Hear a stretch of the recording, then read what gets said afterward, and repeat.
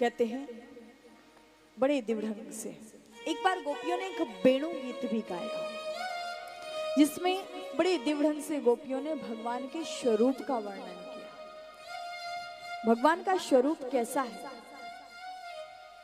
भगवान का स्वरूप कैसा है, गोपियां बताती हैं। बरहा पीडम नट बरवकु, बरहा पीडम यानी कि भगवान का स्वरूप कैसा है। भगवान करते क्या है, बोले मोर पंख को धारण करते हैं। भगवान मुकुट धारण नहीं करते, भगवान कोई मुकुट धारण नहीं करते हैं। भगवान क्या धारण करते हैं, बोले मोर पंख। जबकि चाहते प्रभु तो भगवान सोने का मुकुट भी पहन सकते थे, भगवान चांदी का मुकुट भी पहन सकते थे, लेकिन भगवान ने क्या पहना, बोले मोर पंख। क्यों पहना, पक्ष लोगों से होती है। अब भगवान कृष्ण है एक राजा के पुत्र, लेकिन मित्र कौन है, बोले गांव की ग्वारिया। भगवान ने कहा अगर मैं मुकुट धारण करूंगा तो ही धारण करता हूं, इसलिए भगवान मोर के पंख को धारण करते हैं।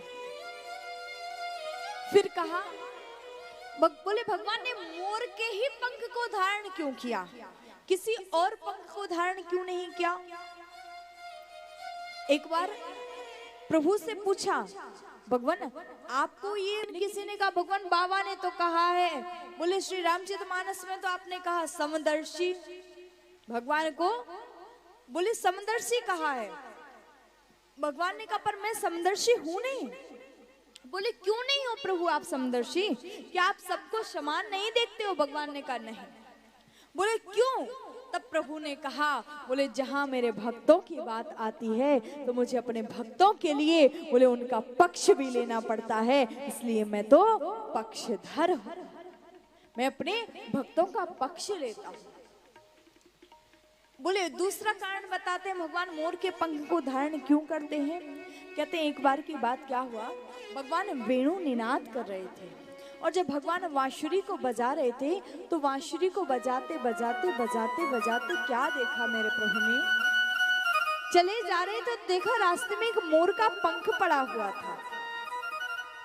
जैसे मोर पंख को उठाया, उठा करके उसको देखने लगे। कभी भी मोर के पंख को ध्यान से देखना, ऐसा लगता है जैसे कि मोर पंख में कोई आंख बनी हो, और ध्यान से देखना तो ऐसा लगता है कि जैसे कि उस आंख में से आंसू गिर रहा हो।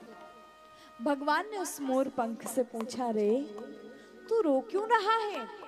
तो भगवान ने कहा, प्रभु, भगवान ने उस मोर के पंख से कहा, भगवान क्या बताऊं, जिस मोर का मैंने जीवन भर साथ दिया, जिस मोर का मैंने जीवन भर साथ दिया, आज उसको जब नए पंख मिले तो मुझे छोड़ करके चला गया।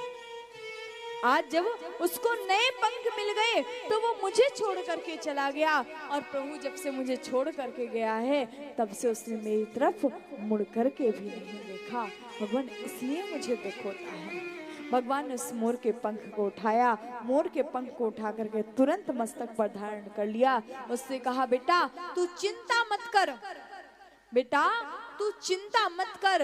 अरे जिसे दुनिया में कोई नहीं उठाता, जिसे दुनिया में कोई नहीं पूछता है, उसको पूछने वाला मैं बैठा हूँ। जिसे लोग ठुकरा देते हैं उसको मैं स्वीकार करता हूँ।